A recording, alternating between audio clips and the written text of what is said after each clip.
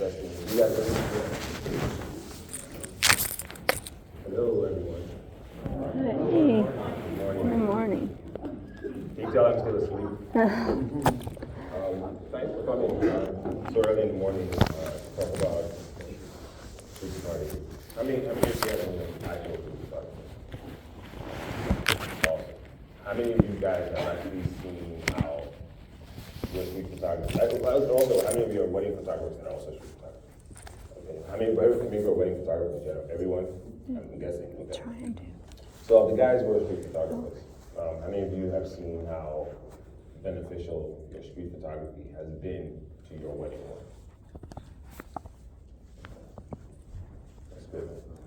So, let's see, I started talking about myself. So, my name is Kanayo Abide. I was born in DC, but I consider myself from Nigeria. My parents are Nigerian, and I grew up in Nigeria. I did all my education up until I finished high school. And since I was born in America, I was able to come here for college. And I studied information systems. I got my bachelor's and my master's in IT. And I worked in IT. I've worked in IT for a very long time.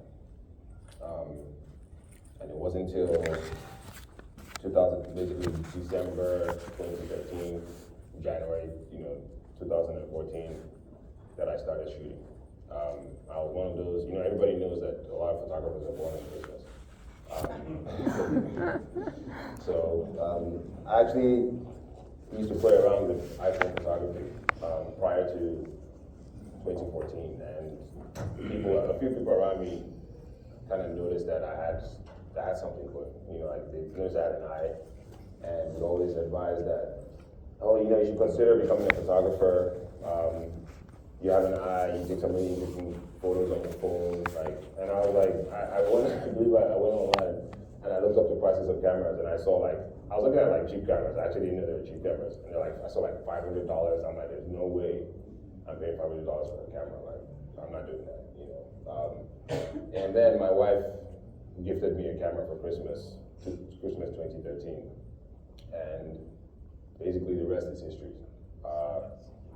I basically started off I took the camera to the streets. Actually, I started with street photography because we all know that that's the number one place you have available subjects. They might not be ready to pose for portraits and stuff, but they're people, and that's the easiest access you have to people. So I went around and I tried my hand at it, just shooting random photos that didn't really make any sense, because I hadn't learned how to photograph people with intent. And I tried my hand at that. I tried a few self-portraits, basically tried to understand how to use the camera. And I think shortly after, I had a friend who had a birthday party. It was in a restaurant, a little nice sit-down, decorated birthday party. And I was like, I just take my camera with me. And, I bought a flash for it, and I went in there and I played around, said, I could try my hand at event photography because I didn't want to become a wedding photographer. And after I photographed, there was actually she hired a professional photographer. But after I photographed it, I went home, I edited the photos, I posted it on Instagram, and next thing I know, photographers started following me. And I'm like, what's going on? A bunch of random photographers following me after seeing some of my photos. And the professional she hired, his delivery time was so long. My delivery time was the same day, same night, because I'm excited, I'm doing it, for fun. I don't have the backlog. So I posted the images on Instagram, and it took a while for her to get his, and she never used his photos when she got it. She said she got her fill from my photos and also I was doing unusual editing and stuff like that, putting my artistic spin on it. He just delivered, event photos with no artistic flair. I was all about trying to be an artist, and using whatever I was able to shoot to express myself artistically. And she didn't use the photos. I think she posted one on Instagram, and posted what I did, Especially when I was at the right time, because when the people were so excited about the party and stuff like that, she used it. Then fast forward actually my friend sees those photos and hires me for his party. I photographed his party. I actually bought a new lens because I was still learning. Every opportunity I had was an opportunity for me to learn how to use my camera. I learned about the exposure triangle, learn how to shoot manual. But I'm shooting a Nikon D6. Anyone familiar with that camera? That's not a camera you can really shoot in manual because you have to go to the menu to find things that you need. Like a pro camera I have is knobs. So, but I was trying to do all that stuff. Shooting in the manual flash, I didn't have TTL, but not really understanding anything about light. But I was practice. And I did my friend's party. And with every single thing I shot, I could see a little bit of improvement because I was really hard into studying and trying to understand how to be better. So I delivered his photos, and as soon as he got them, he's like, "We love your photos, man. You're gonna shoot our wedding." And I'm like, but he's like, "It's a year away, so you can." He knew I was new. It's the first few things I'm shooting was like, "It's a year away, so you got time to practice." I'm like, "Awesome, cool." So I booked that wedding. Fast forward a few more months, I go to a friend's wedding. So I'm like, "Oh, I'm just gonna." And she actually tells me, "Hey, can I bring your camera?" She had a fearless photographer that she hired. So she's like, bring your camera." I'm like, "All right, cool. Perfect opportunity to practice, to see what I kind of understand my, dance my way around weddings." I show up to the ceremony as a guest, and I just start shooting. I'm shooting. I shoot all the way to the reception. I don't get formals or any of that. It's more of just the documentary things and not the things that the actual main photographer has access to. No portraits, none of that, just the documentary of the day. And I go home, and before I think their wedding is over, I have a blog post up of the images and I post it right on her wall on Facebook. Boom. Next day I wake up and I go to my site because I was actually blogging little artistic things, projects I was doing in between all of that, and I'd always look to see what the hits are on my site, my blog, and there's not that much attention. That day, I posted that stuff, went online, and my Facebook views were crazy. The impressions, the comments, the likes. My website had more views on it that day than it had since the inception of the site. It was ridiculous, and I'm like, wow, people love weddings. Like, people are really into weddings. I wanted to do artistic portraits and stuff, when I was coming up, but I saw that, I was like, this is crazy. I've never seen this kind of love people have for weddings. So, a few days later, her cousin calls me and is like, "We'd love you to photograph my sister's wedding in Michigan." I live in the DC area. And so my first official wedding was out of state. I got flown out, put in a hotel. I charged probably $2,500 at the time. This is 2014. And I'm just like, this is crazy, you know what I mean? I go there, it's a big wedding, it's a Nigerian wedding. I photograph it by myself. It's probably it's a lot of hours too. I didn't really give them a cap on hours. I was excited. I do all that stuff myself, and give them their photos, they love them. So fast forward to the first wedding that I officially booked, my friend's wedding. I think it was February of 2015. That one, I bought more gear. I wanted to come prepared for it. Had a second shooter, because I was trying to understand, what the profession, because a lot of photographers learn by second shooting to get the layout of the day and how it works. I had no idea, so prior to that, I'm doing research to figure out how prepared you need to come, what you need to have, how many bodies, all that kind of stuff. So I buy a lot of gear. I go in, I photograph this wedding with my second shooter. That wedding gets published. And then the momentum, the traction starts to come. And that's basically how it started for me with wedding photography. Now, fast forward, after becoming a wedding photographer, and doing it for a while, I figured I could use street photography as my creative outlet because wedding photography is kind of a controlled environment, right? When you start working with other parties like planners and clients who sometimes want what they want, especially when it's not an ideal client, but maybe you are in the right price range, and or maybe they're the kinds that don't really understand what you do, but they just know they need a photographer, so they hire you and just want a certain thing. Meanwhile, you have your portfolio and there's nothing, these two ideas don't mix or match. But I needed a palette cleanser. I needed something that could allow me to express myself where I am the client, I am the planner, and I decide what I want. And then I started really taking street photography serious and trying to understand, how to actually photograph the streets with intent, where it all makes sense.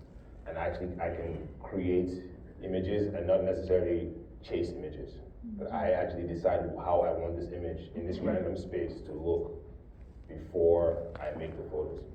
So I did my research. I started watching photographers of old and looking at all the photography documentaries and stuff, just trying to understand how this whole process works. What is street photography? And in time, I started to notice where the overlap was with streets and weddings. And it was really the whole documentary aspect of it. And the things you learn on the street that make you a better wedding photographer. So we will talk about some of that now. So what is street photography? Street photography is just photography of people in public places. You don't actually have to be on the street. You can do street photography in here because there are a whole bunch of strangers doing random things, and you can photograph them with intent. Why street photography? Because the streets are always posing. There's an abundance of characters, abundance of emotions, abundance of moments happening every day, and they're always there for you and available for you. There's stories you can tell. You can even make portraits, if you have the courage to walk up to a stranger. So how does this all work? How does street photography affect wedding photography? Well, for one, it's all about practice.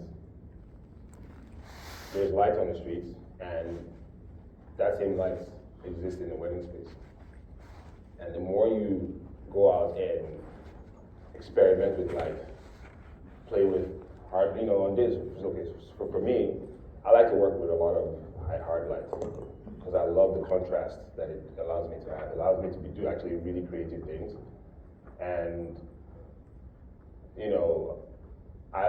so my style of wedding photography, I consider myself a creative, artistic wedding photographer, and with a hint of photojournalism. I tend to apply the creative side to my portraits, but I also try to document things artistically. So when I'm doing my photojournalism, I try to have unique angles, interesting compositions. So for me, being on the street and working with random light, studio photographers have a controlled environment, wedding photographers don't. Some days it's really harsh lights. Sometimes the planners don't really schedule the timeline where the light is favorable for portraits and stuff like that. But when you're on the street, if you spend the whole day on the street, you learn to work with all sorts of lights and use those light sources to your advantage.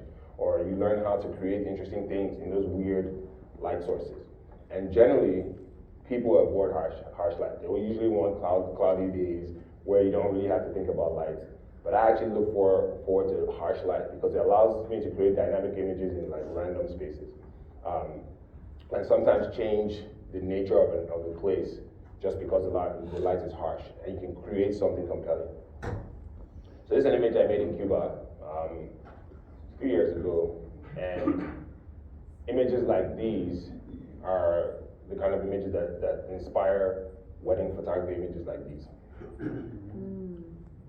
But the cool thing about this is a totally random occurring image. I stayed through it, I shot through it till I found something I wanted. Initially I established that I wanted to do something with the shadows of the silhouettes of people and have other people in the light. But the idea is the way it works is you kind of stay there and keep shooting till the thing you want to happen kind of happens, because life is happening, people are moving around, people are changing, but you stay through that and you're shooting through it, taking multiple shots, 50, 60 images, adjusting, timing, working with timing. But when you comes to the actual session, you know what you want and you just place the people where you need them to be. So this is harder. So when you now go to this environment, this is easy. You know what I mean? Because you figure this out the hard way. You already know here, oh, put this person here, I can do something interesting, and boom, it's a quick shot. And also, guys, if you guys have questions, please stop me, because I like to have a conversation, so we can dive deeper into something. So you guys, that's already up. Okay. I'll start this way. Good morning, great photography, by the way. Thank you. Is there a go-to lens for the street photography? Because I know it's candid, and at the same time, you don't want to be switching and then move this potential environments to be able to tell your story the right way. Right. So for me, I like 35. That's generally the lens I use on the wedding day for storytelling. There's some street photographers that do 28, and they have to get really close. Because the idea is you want to fill your frame with your subjects. You don't want to be like far away shooting landscapes and calling it street photography. You know what I mean? So you want to get in close, and the closer you get in, the wider you are, and the closer you get in, the more interesting the image is. 35 is a comfortable space. It's also like a literal lens, so it's almost mimics what the eye sees. Almost 50 is what they say mimics what the eye sees. 50 for me, I don't like because it feels more telephoto. I feel like you are not. So with a 35 and close up, it feels like when the viewer is viewing the photos, it feels like it's their eye. So they almost feel like they're there, right? With a 50, it feels like someone further away looking at something. So I like viewers to be able to smell the photo, right? Because if it's your eye, you feel like it's your face. So I generally use 35. I never really ventured into 28. Because I don't really want to be in someone's face. But 35 is generally what I do for documentary. Yeah, someone that's yeah, go ahead. You always use only the available light street photography? Personally, yes. Could you repeat the question? Oh, he said, do I always only use the available light in street photography? Generally, I personally do. I know I have colleagues who have flashes and all that stuff. So my style, I kind of developed a style where I let environmental factors inspire my photos. If I had my own light here, I wouldn't have made this photo. Because I would think to use my flash to light the guys who are silhouettes in front of me. So I feel like sometimes taking too many tools restricts my creativity. Because I believe creativity is born when there's a problem, right? And you have to figure out how to solve it. And that figuring out process is basically what creativity is. I learned that on the event that I said, the second event I shot, I had a crop body with a 50mm lens shooting an event, 85. I thought it was a 50 because I didn't understand it was a crop body. So I didn't understand that a 50 on the crop was 85. And I'm shooting an event with an 85mm lens, taking group shots. You can't get two people in it with an 85, especially in a small room. It was like a massive room, it was a small room. So like I'm standing up on stuff, laying down on the floor, things that, to change in perspective so I can get more people in it. And I was learning something at that point. I was learning how to think creatively to solve my problem. And now, just like you saw on the stage, I mean, I don't know if you were on the stage yesterday, but I didn't really have to, because I've done that work already, that stage was hard to shoot. It's not my preference. I wouldn't want to shoot in a dark room I don't like studio work. I like environments because they inspire the photo. So that place, I felt like I was in a box. But we had to think creatively on how we can solve the problem of creating something compelling in a box. I think out of the four that I saw, that was when you turned it towards the audience. Yeah. It really kind of opened pay attention to where you're at. Yeah. And created that moment. Yeah. For me. Yeah. It's funny. Everybody has been talking about it. They say the same. When you turn her over, I'm like. So I've been getting a lot of that. So that's cool. Yeah. And that all that stuff I learned from being on the street and shooting weddings where I've been put in a box. And that's where that kind of creative thinking comes. You know what the things that inspire your composition. And for me, it's always been environmental factors. If I didn't have the light on the stage that we used, I might have thought of something that's like, okay, I'm gonna try and create a silhouette. I actually tried to create a silhouette with the curtains, with the blue thing, and I was like, it's not bright enough to create a sharp silhouette. So I ended up doing that with the lights that we had, but I got there, I was like, it's not working. Okay, let's light her and have this nice little blue light behind her. And that's just problem solving the entire time. And that comes from being in environments like these where it's chaotic. You have no idea what you're doing, but you kind of work through it and figure it out. And when you go to a less chaotic environment, it's like second nature. They're like, so one thing about me, when I do weddings or portrait sessions, I actually tell my clients for portrait sessions, I tell my clients to pick the locations. Like, I don't want to know what it is. I don't want to know what it looks like. I don't care what it is. It could be a neighborhood with nothing really going on. For me, that challenge will allow me to create something unique and interesting for you. When they ask me where's my favorite place to shoot, I'm like, somewhere I haven't been before. I don't like monotonous stuff. I don't like going back to the same place because I feel like I will create the same kind of images. I want something unique. Take me somewhere I haven't been with a new problem that I need to solve, and then it'll inspire something unique for you. And being on the streets and working in random environments and creating interesting things has kind of given me that ability to make interesting images anywhere, because I know what to look for, and every space has something that you can use. So thank you. Anyone? You got a question? You just said you like to go to different places, but if you find yourself in the same place, do you ever try to challenge yourself To do something different? Something different? Yes, I did. Like, I've shot most of the wedding venues in my location, and you're right, you kind of fall into the same spot, but your portfolio is gonna start looking very similar. Right. Is that, I would think street photography, in a sense, go out every weekend and try to find something new. Right. Would be a way to inspire you to look at your venues differently. Yes, I agree.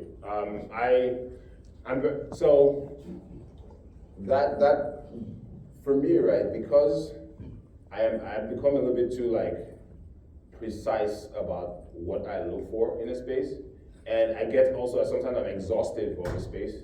Mm-hmm. And when I was a new photographer, I felt like I had a lot more wiggle room to try things.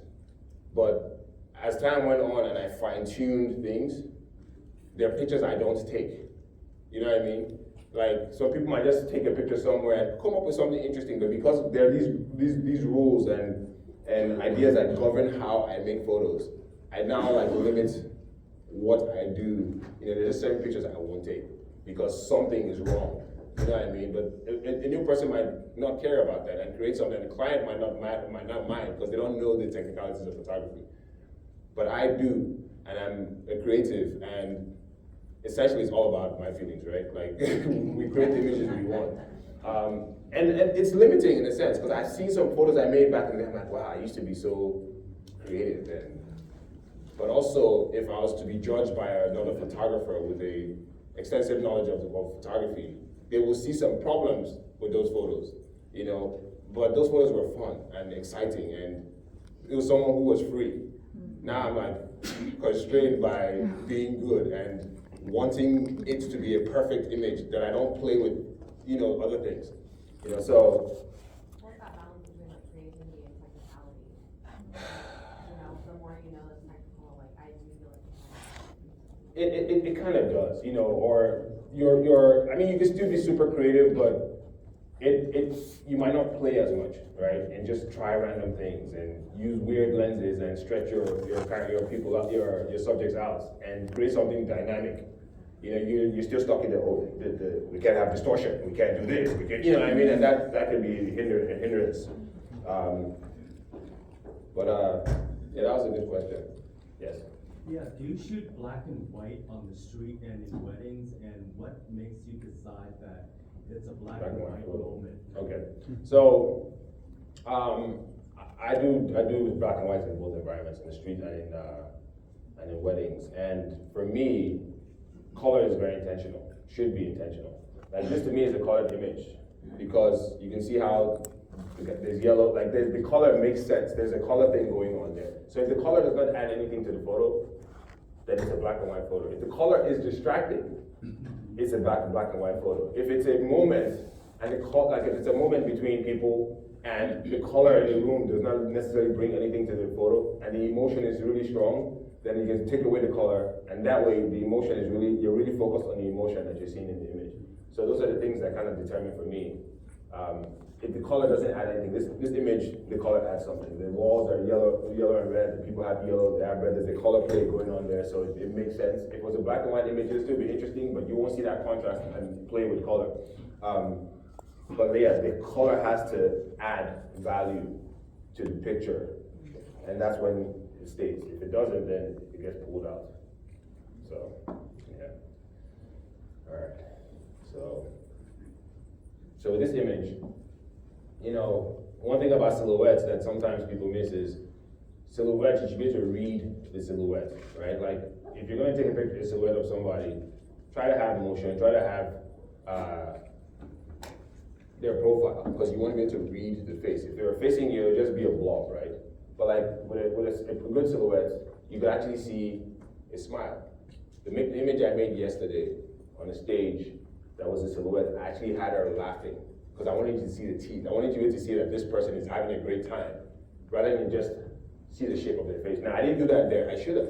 It's an older photo, but I should have. Now, I'm a little bit more advanced that I know that, hey, if it's a silhouette, give some emotion. So, because you don't have a lot of details, right? It's just a black shape. So, try to either have movement or direction, separation, so you can read the body language, you know, and that's kind of like what I tried here. He was a cool guy. He wasn't trying to do too much. So I just had him like look to the side so you can at least read and know it's him, you know, in the shot. And you know, the bride did good. She's beautiful and she's smiling. Also, in order to basically how that also was made was I had him standing in the shade, so no light is hitting him, and he's backlit by the wall. And I just had her stand in the light. Working with color. We just talked about color, but similar thing. When you're on the streets and you spend enough time on the streets, you start identifying things. You're able to see color. Just like light. When I first started shooting, I didn't see light.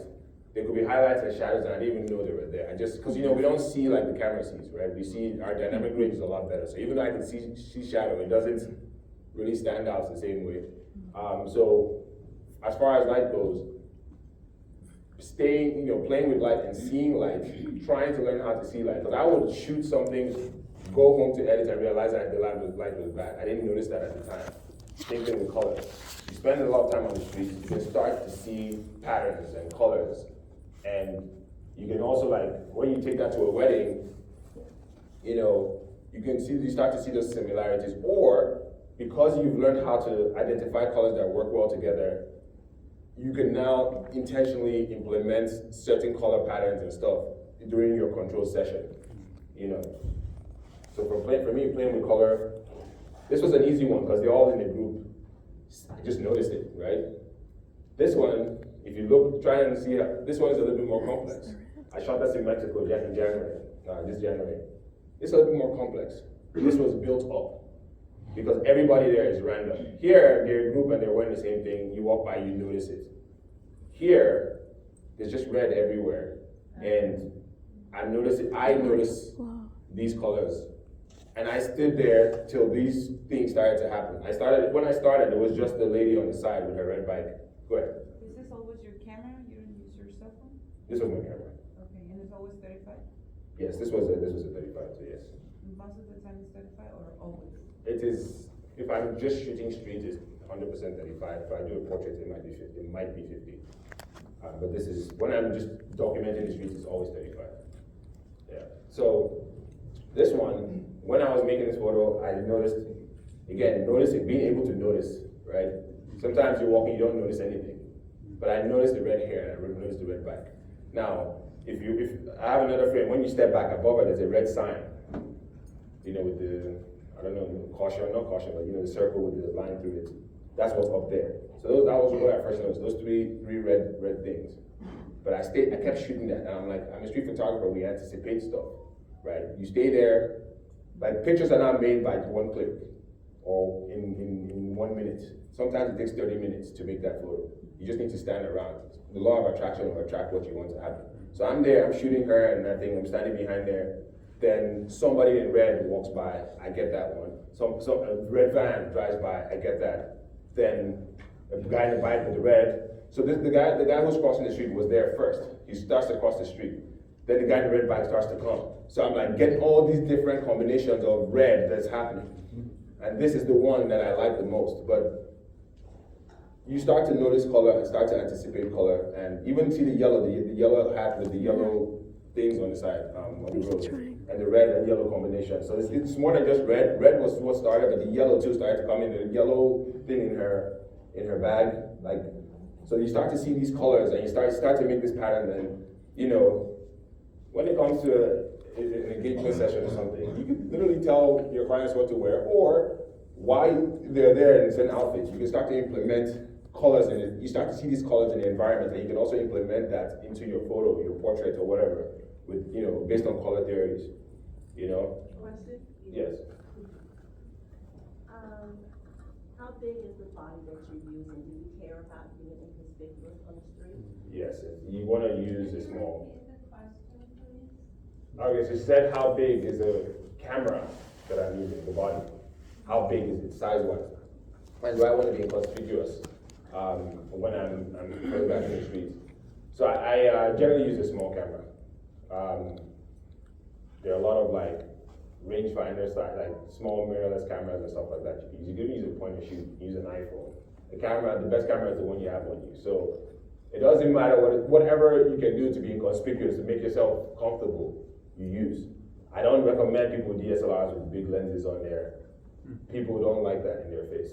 But if you hold an iPhone up to somebody's face, they won't even notice you're there. That's the generation we live in. Like, no one cares about no, you can do this, or they don't care. But the bigger the camera, the more attention you call to yourself, and then people are like, "What are you doing, weirdo?" You know what I mean?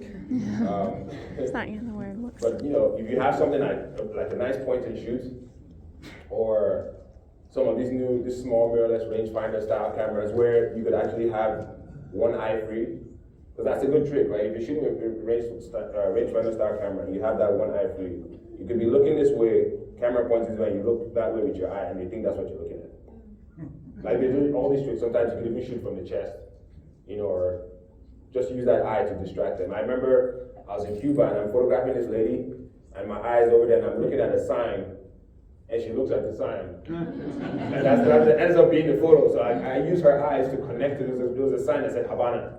And she's looking at it, and I use that sign, her looking at it, to connect, like leading lines to the sign. So whoever looks at her looks to see what she's looking at. So that ended up becoming the picture, but I used my eyes to trick her to think that's what I was taking the photo of. And so the gear you have can make things easier, and can help you, trick people that you're not looking at them. Can I add on to that one real fast? Sure. In that last photo, where were you standing? And especially for if you were there for 30 minutes, like did This the one? redhead ever look back at you? Or No, she didn't know I was there. She didn't know I was there. Okay. So you were like 5 feet behind her? Chilling? I'm not really good with distances. Let's see. She was probably like there. Okay. Yeah, probably like right there. And those people who zoom by me, people are not really aware of the environment. People, like, clearly she's caught up in what she's doing. I don't know if he's looking at her because he saw me taking the picture, because sometimes that happens. So he's already like, why is he photographing her? You know what I mean? But also those are leading lines to her. That helps you, that adds to the photo, right? You look at him and you look at what he's looking at. Yeah, but like, if cameras are so advanced now, you can have a quiet shot and it's easy to sneak photos.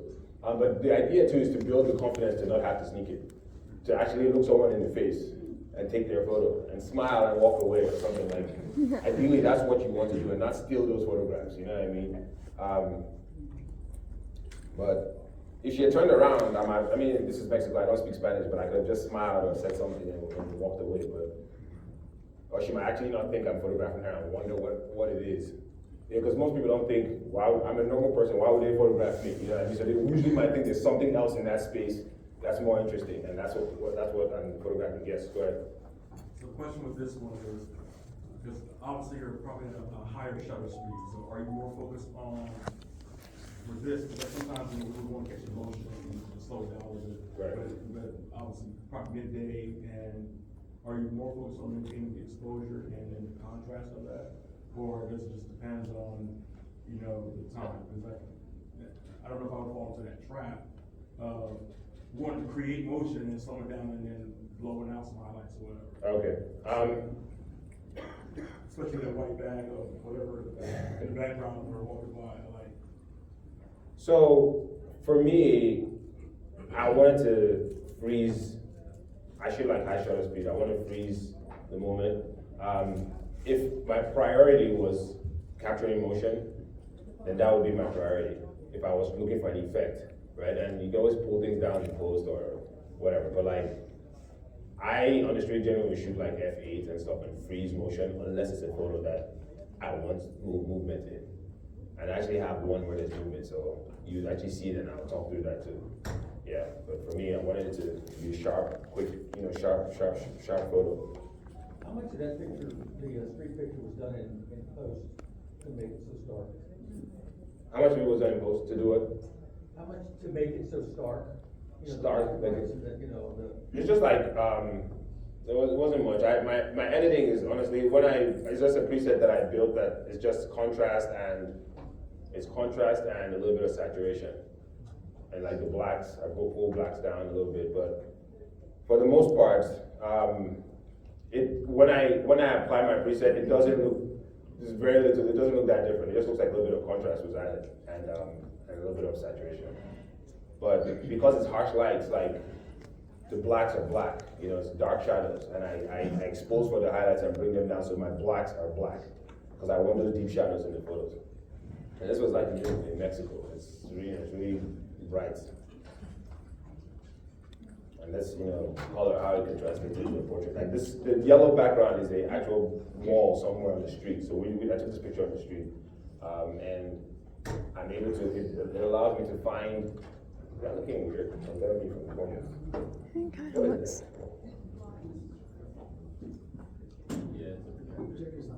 What?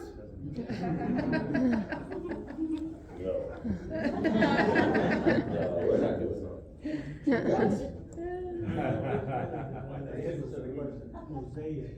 What? What? I'm really sensitive with my photos.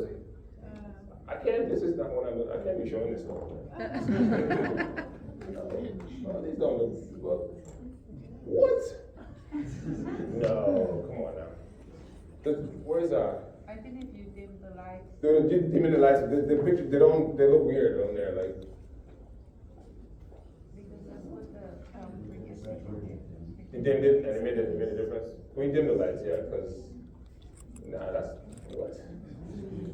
Why did I have to do this? A lot of people, like, what's going on? Yeah, like, this whole time I had no idea that that's what I was It was happening to the presenter last night too. Happened to him? Yeah. Right, it makes a difference. I can't show that stuff. No way. It's the projector. It's not the You know you're good. Come on. Don't dim it. It looks worse. Yeah.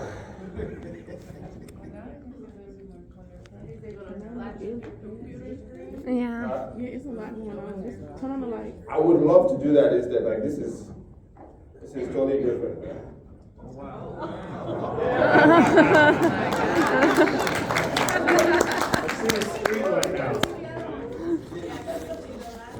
So that's what the blinker. Yeah. Wow. Sometimes I'm like talking with all this confidence. I don't know. I have a comic book up there, like old school comic book. Now you understand the question. Yeah, when you have like, what are you talking about? Like, wow. Okay, just know it looks totally better. And this is disappointing. I'm actually really disappointed. I don't play it on my photos, man. Yeah, don't. Wow. Okay.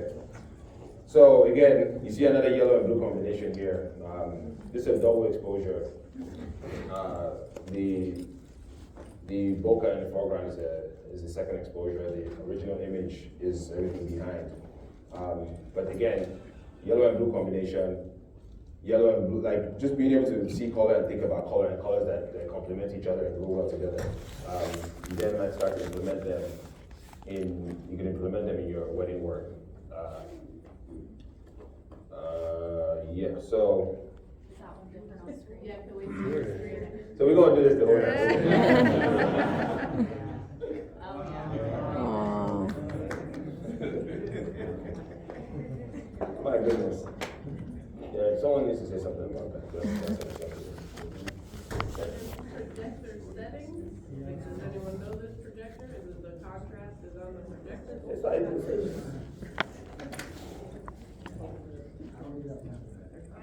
just keep going.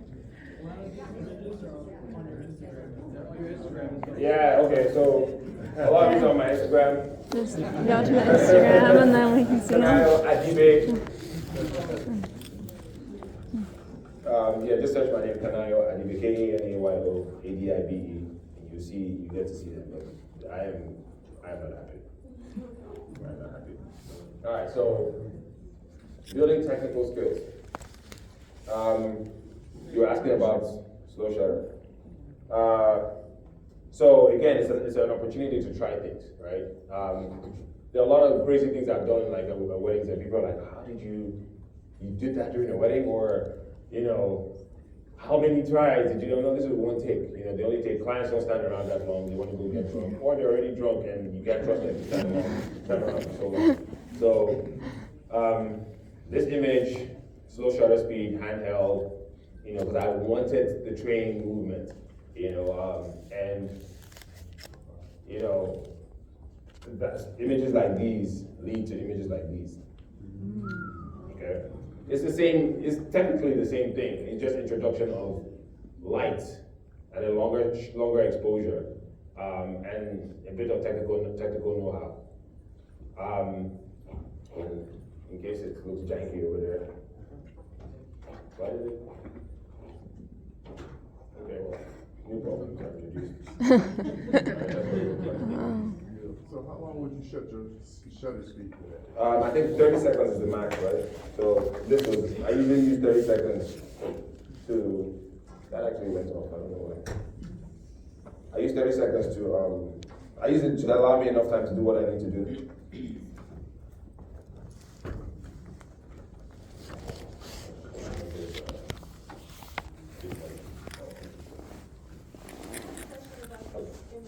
Yes. No, it's one take. So someone say something, I have something about it. Oh, there it is. It's back. Okay, so basically, this is how I did this one, right? I put my camera on the floor. I shot with a 20mm lens. So it's wide, so I can incorporate the architecture in the background. I wanted those arches because symmetry is important to me, and natural frames as part of the way that I have to compose.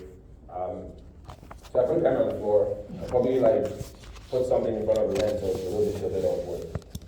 I set it to a 30-second exposure and adjust all the other things to give me the overall exposure that I want. So it's a clean exposure after 30 seconds. I close down the aperture and probably lower the ISO as well, because I don't want a lot of the ambient getting blown out. And then I tell the clients to stand still as much as they can. I have a timer, so when I push, it doesn't start where I push, because that little push could create shake. So I press it and let the timer do its thing. I pick up a video light. Once I see it goes off, I literally paint the clients with the video light real quick. I put that down. There's something called a pixel stick. I pick up the pixel stick. It gives you different color effects. It can give you the white lines, it can give you rainbow. I run behind them and I start waving the stick. and I run through the scene, and once the 30 seconds is over, I tell them, okay, now you can breathe. And then this is what appears at the back of the camera. So this is a one shot, one take. But again, this is a technique that is no difference. It's the same concept. This is a slower shutter speed, but it's driving the shutter. It's handheld, and just adding the lighting and flare is the only difference between these two photos. Basically, it's like painting with light. Right. This is essentially painting with light. Here, I'm sorry. Here you're painting with motion, right? The train is painting, right? Here I'm painting with light, but it's the same technicality.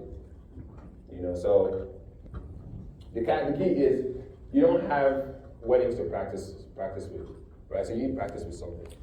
And the street is available to you, and you just need to think about what you want to do, and the kinds of images you want to create, and all those technicalities you can apply on the street, because it's always posing, it's always there for you. And so, yeah. How am I doing for time? Improving composition. There are a lot of, oh man,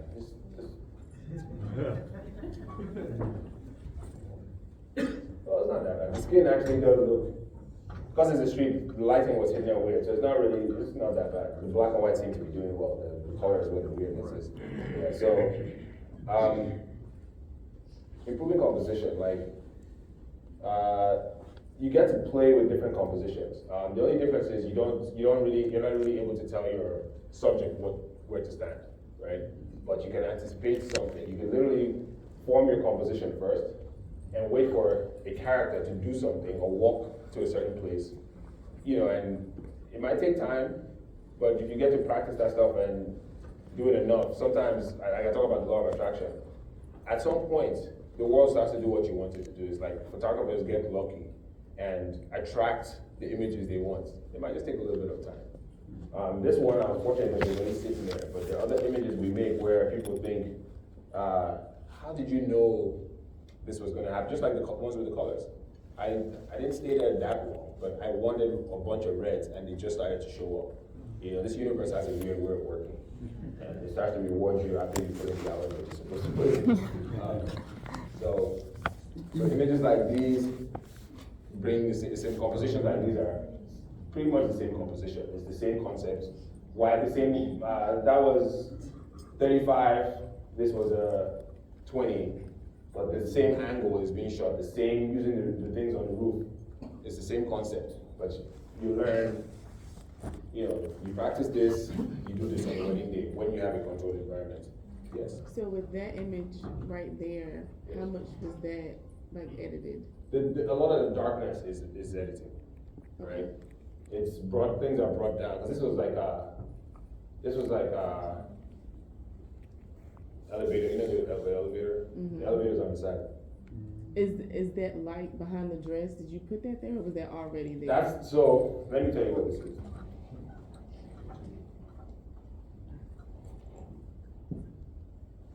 If I remember correctly, the elevators on this side. Okay. And this is the hallway you walk through. And when you go through there, you start walking to your rooms. Okay. So this is that, you know, you come out, there's always the little thing you walk through, and then you start walking to the room, the hallways on the side. So, you know, the light is the light in the hallway behind, you know, that room. And a lot of this is brought down. I try to expose for the highlights, so a lot of this is brought down, and in post I will burn some of that away to make it minimalist. You know, because again, you don't get to pick the studio you work in. This is a hotel, a busy, crazy hotel with a lot of, you know, junk in it, and you just have, sometimes you both have to kill some of that stuff, you know. Yes? So on your previous, picture, did you have to get a release? No, street photography, you don't require that. You only require it if you're going to commercially sell the photo. So if a company wants to use it for an ad or commercial work, but if I make a book, I can sell that. They're my photos, and I don't need a release for that. But for advertising, billboards, where people are profiting. So you only show the face like this? Not with street. I can make a print and sell it in a gallery to a gallery, Yeah, the law is something like if you're in public, you have to have the assumption that, like people will Good. be able to see you or Yes. photograph you or whatever, because you're in a public space. Yes. And once it becomes commercial work, then you need a release, they become models. And you need a market release for So that. you can't like sell that photo to like, you know, a guitar company No, or I whatever can't. without his release, but Yeah. you can use it on your own because you have like the assumption that when you're in public, someone might photograph Yes. you. Yes.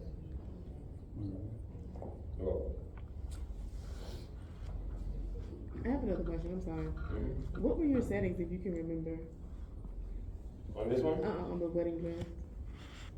Cause I have now no that you've idea. given me like a background, it's like, cause you said the elevator's on this side, Yeah. and then. But some of that could be, like, you could, it's, some of it, like, the dress, basically, the settings are whatever you need to expose for The highlights. the highlights or expose for the dress, whichever you prefer.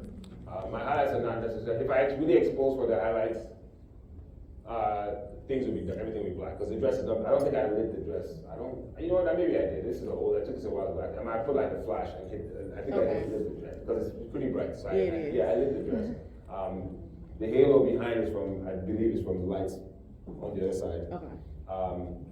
But, It looks like your aperture was pretty small because, Everything is in focus. Everything's in focus. I'm shooting wide. So even now I'm shooting, if I could, you can shoot wide at 1.8. 20 is a 20 millimeter lens. Oh. At 1.8, and a lot will still be, Oh, you know, really? yeah, because the wider the lens, the thicker the focal plane.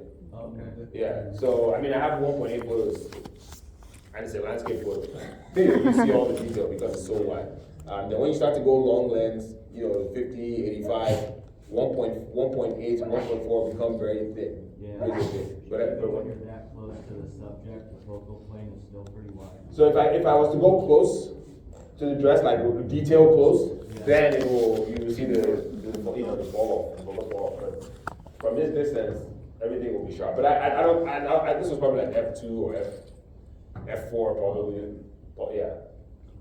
Just so I don't, you know, I don't miss focus and everything kind of is tight sharp. But I'm sorry, this is really like irrelevant to your talk, but what do you use to hang dresses? Because I feel like that's my biggest struggle with composition and weddings. Do you bring like your own hooks or your own nails or?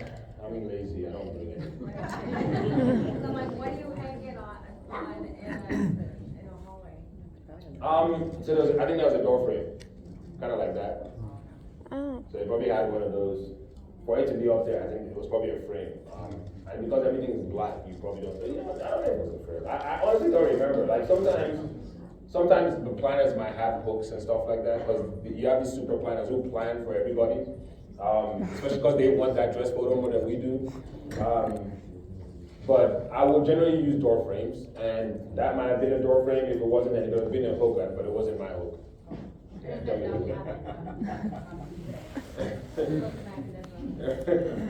yeah, I know. Per out or anybody else, I bought 200 feet of black thin paracord. Okay. And almost every wedding I end up using it to hang dresses or different things. Right. If you get like the removable command strips, Right. put 2 or 3 of them up and they'll hold a medium weight dress. Dress.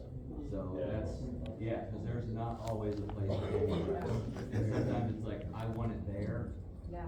And then all you have to do is just Photoshop that thin cord out in the command strips and you have a beautiful picture. Welcome. I don't know. It's When did I start? 9:24. When did I start? 8:30. Okay, I'm gonna move faster. It's almost at an hour, but we have 30 minutes, so that's good. Yeah, I think we'll be good on that. We'll be good on that. It's not a very long presentation, but thank you, sir. That's keeping us on track. So improving creativity. Again, sorry, go ahead. I know you're the zone. Yeah. For your weddings, do you have a second shooter? And are they proficient in street photography as well, or is it your solo operation? I have second shooters that I work with, and my second shooters are strong documentary wedding photographers. They might not shoot street, but they understand the concept that you learn from shooting street. But in general, though, most of the good documentary photographers shoot street. That's what I've noticed. And I think when I think about it, the people I use on occasion might choose street or do travel or stuff like that. Yeah. Any other question on anything before I go on? Can we get the question to the end so you can get your flow back? No, I actually don't mind this.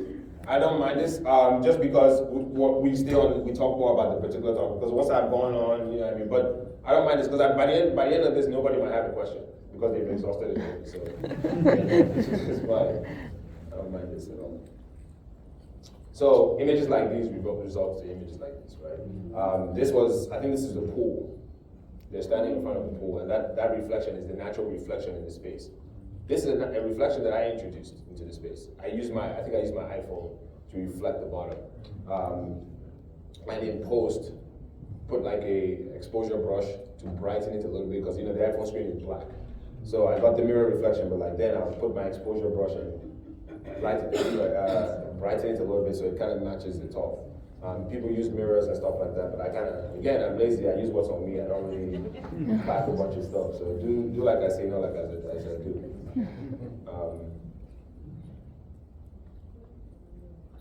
So another thing that you get from street photography is you learn how to observe human behavior.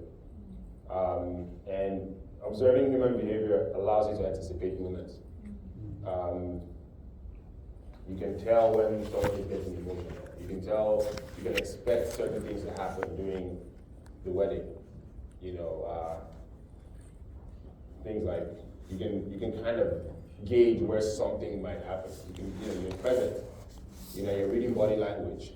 You can tell when the groom is getting emotional because you know how to observe people and you're attentive. You're not focused on, oh, a bird, or you know what I mean? Like, you're present. And you can always tell when something's about to happen. And it allows you to anticipate that. This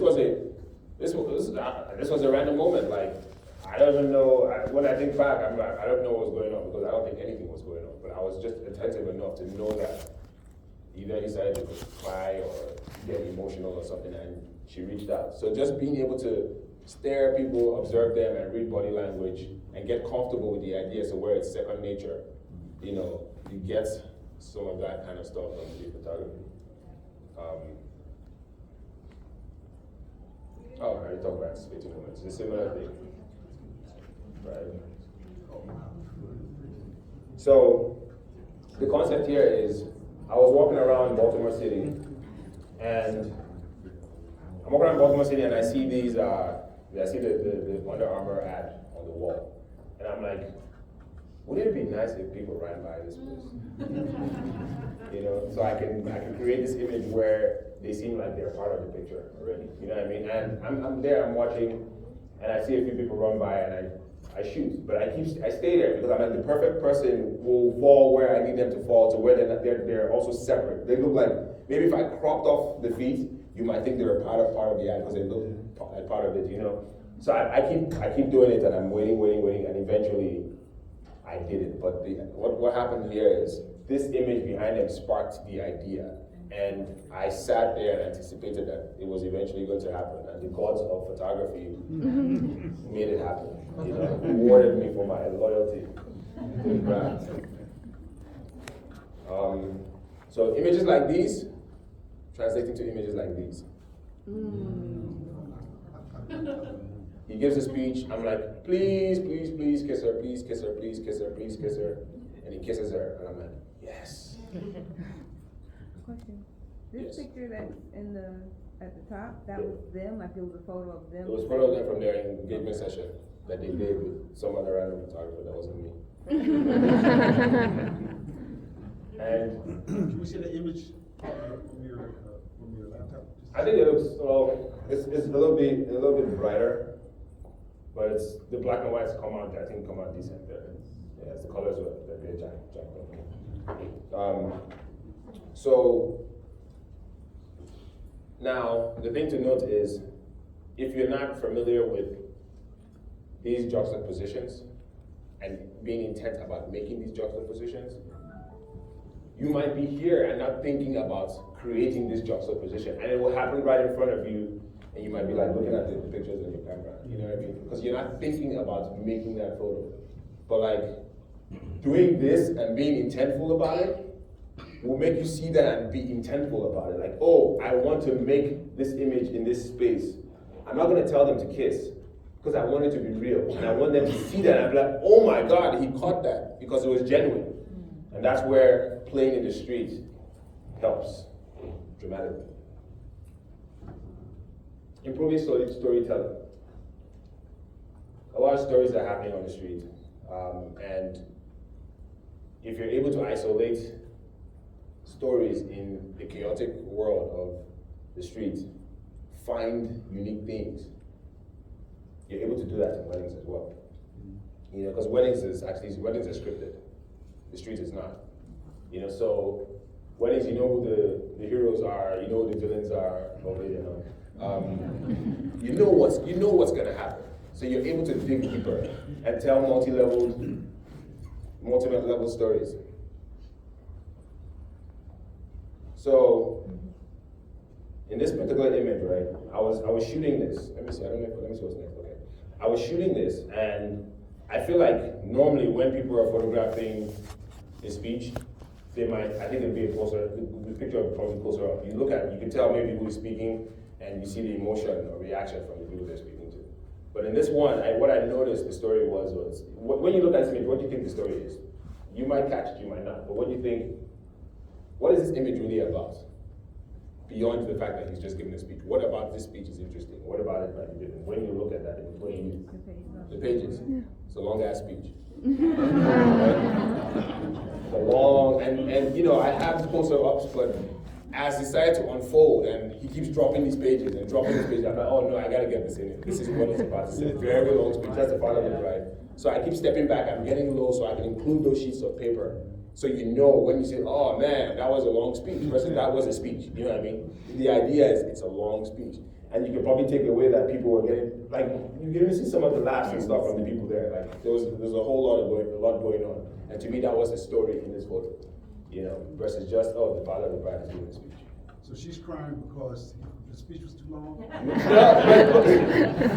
No, but you can infer that because, you know, if you hear the saying all photography is a lie, because we create the stories in our photos, right? So that could be the story, you know, but no, in reality, he was saying something touching, you know. But I like that there.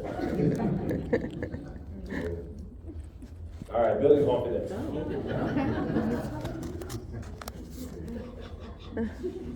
Some people are scared of their clients. Some people are scared of guests at the wedding. They don't, I don't want to get in their face. I don't want to get close. I think you get a few of these, you're not going to be afraid of anyone. You know, a random dude on the street. So it helps build confidence. You know, you helps you know, get comfortable with dealing with new clients every time and getting friendly, just getting close to them. It's, you know, we're not all extroverts. Some of us are introverts. I'm an introvert. You know, so, but people talk about, oh man, this was you're so much fun. I'm like, really? I didn't feel that way. Like, you know, but I've spent enough time on the streets with people to get comfortable, getting close to them, getting in people's faces during weddings and being really, really close so I can get those really interesting photos. And doing things in that, you know, I have a friend who basically laid underneath the couple while they were exchanging rings. And this is in the church. You might feel socially awkward to do that. And he's laying there and he has the ring exchange from the bottom. And I'm like, wow, man, you have some confidence, because I would feel awkward doing that.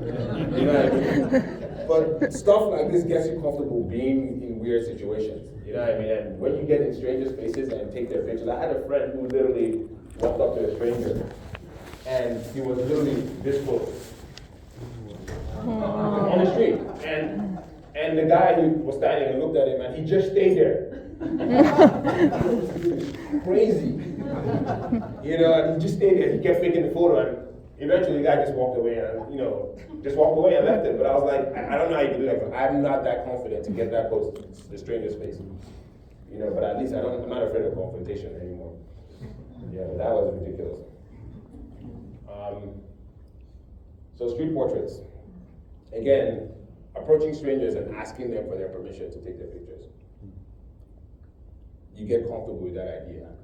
That also allows you to get comfortable with, again, it's similar, building confidence, talking to strangers, allows you to get comfortable with working with new clients, you know, and street portraits also allows you It teaches you how to make pictures anywhere. You know, you could, there's a workshop I used to teach, make photographs anywhere, compelling photographs anywhere, and we'd go to like, it doesn't matter what it's like, random sites, places that are industrial, and make interesting engagement photos there. You know, so just being comfortable with playing in these random spaces on the street that are not designed for portraits and beautiful portraits. There are no beautiful mountainous backdrops and, you know, forest scape, you know, all that stuff, none of the beautiful stuff, just Baltimore City with boarded up buildings. But you can make something interesting because you're looking at the textures of Baltimore City, the shapes that you're seeing, the layers in place, and not pretty, you know. Streets, portraits of strangers. I don't know any of these guys, but I approached them and took their portraits on the street. Question. Yes. What do you do with your street photos? Is it just for you, or do you? Sure. She says, what do I do with my street photography photos? Is it just for me? Essentially, it is just for me, but I have an Instagram where I post everything, and I have done exhibitions. I've been part of exhibitions in DC, you know, galleries. I've worked in some galleries. I've gotten commercial work as a result. Actually, every photo here, it was for a commercial job. This particular set. And I was just approached random strangers to make portraits of them for an ad in Baltimore. But these are some of the ones that didn't get used. You know, they make you do all this stuff and they might use one photo. You know, and you spend 3 days shooting. So Let me see your screen. oh, it looks pretty similar. Pretty similar.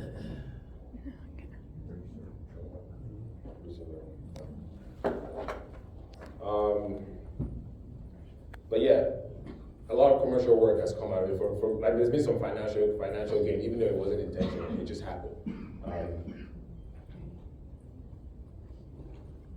Quick thinking and adaptation. Being able to photograph in environments that are changing environments. Wedding photographers, that's something we are really good at, right? We come rain or sunshine, the show must go on, and you must create something that's beautiful for the client. So streets, weird light, weird water situations, rain, if you're in there, you're practicing. That's all it is practice. You know, and you have subjects every day to play with. Improving speed and agility.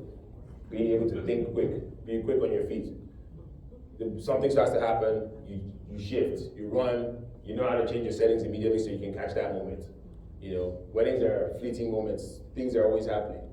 On the streets, you might be in a train and a fight breaks out in the train and people run out the train and the train tries to move and you're quick enough to turn around and catch a punch before it happens. That's what happened there. You know, I was in the train, my camera was in my bag and I noticed a fight break out, people run, I'm like, what's going on? And the train starts to move. So this is actually a shot that's happening as the train is moving. And I was quick enough to pull out my camera from my bag and catch it with a good exposure. Because you can even see the reflection. That's me, that's the reflection of the inside of the train. I'm shooting through the window. But I'm able to catch this fleeting moment in a moving train as it happens. In weird lights, you know, the subway is dark and stuff, so it's like weird lights and all of that, but it turned out okay. You know, well, it's pretty dark there. You guys gotta see it better. Better here. See more detail of it. Okay. So ultimately, this is what it boils down to: 10,000 hours of practice. That's the amount of time that's required to be proficient in anything. And the street photography allows you to do all the practice you need. So when you show up to that wedding and you're faced with things that you can predict, it's pretty easy at that point. Yeah. And ultimately, for me, it's allowed me to build a personal style. So I have a few slideshows for you guys to watch. Hopefully with projector open messages. Just imagine that you're all good, okay?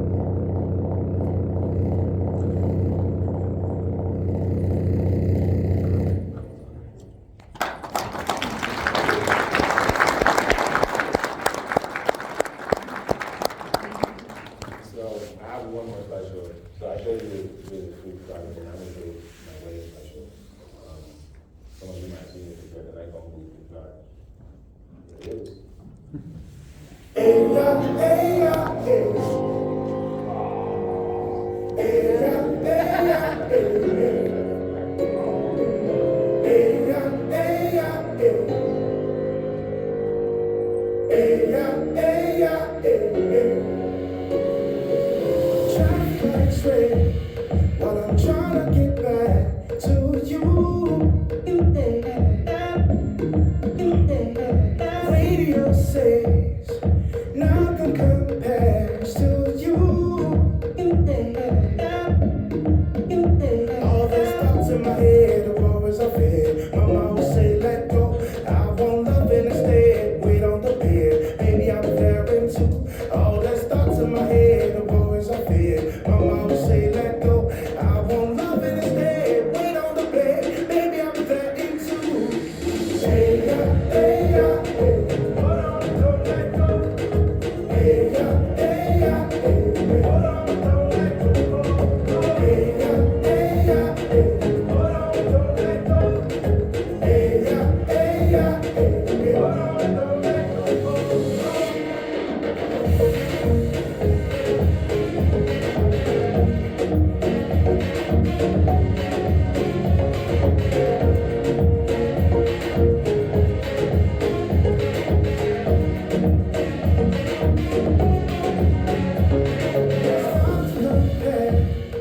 Another woman to you.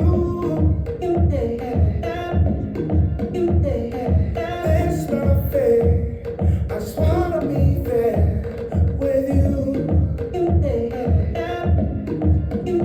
All that stuff in my head pulling me back. I just wanna dance with you. Girl, you're stuck in my head. Love when you bad. Love when it's so brand new. All the stuff in my head pulling me back. I just wanna dance with you. Girl, you're stuck in my head. Love when you bad. Love when it's so brand new. Hey, yeah, hey, yeah, hey. Hold on, don't let go. Hey, yeah, hey, yeah, hey. Hold on, don't let go. Hey, yeah, hey, yeah, hey. Hold on, don't let go. Hey, yeah, hey, yeah, hey. Hold on, don't let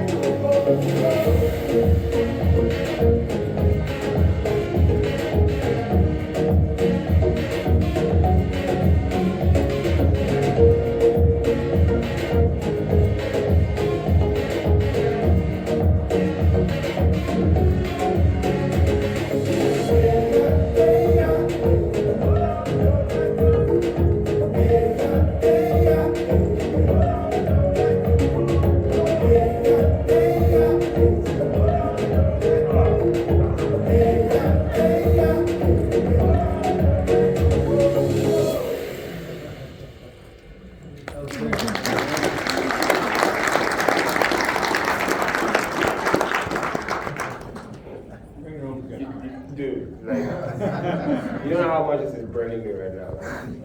Well, if you want to see it, I'm going to be at the Nikon, speaking at Nikon Theater at 12:30, so I'm going to have that same slide, so you have a presentation, well, not presentation, but that same slideshow. So if you want to actually see what it looks like, it's amazing on that screen over there, so you guys can stop by. So I just have a few more things. First things first. Actually, let me play this. So after shoots, I'm an after shoot ambassador, and you guys are going to do this with you guys. You guys know what after shoot is? Yes. Okay. I'll play this video real quick for you. What did you say? We don't know. Okay. Alright. It's AI calling, right? But I'll play this video for you. Doing what you love requires time. Growing and evolving requires time. Doing the work requires time. And you can't get time back. So the question is, why waste it? You keep living while we call and edit for you. After shoot, get your time back. Alright, so after shoot is AI calling. These are some of the things it does for you. AI driven to detect poor, blurry, or out of focus images, best shots of similar images and duplicate detection, highlights unwanted blinks, so it notices when people are blinking your photos and it can actually call those out for you. It has case and emotion detection, settings for your shooting style, and it's exceptionally fast. You can definitely save a lot of time on calling when using this. And they actually have brought in editing as well. It's aware of responsive of your style, creatively informed for consistency, adapts to your needs depending on your environment, works wherever you need it. It is as much as you need, and flat pricing. So I actually have, for the guy who came in here, the first guy in here, you get 6 months free of after shoot.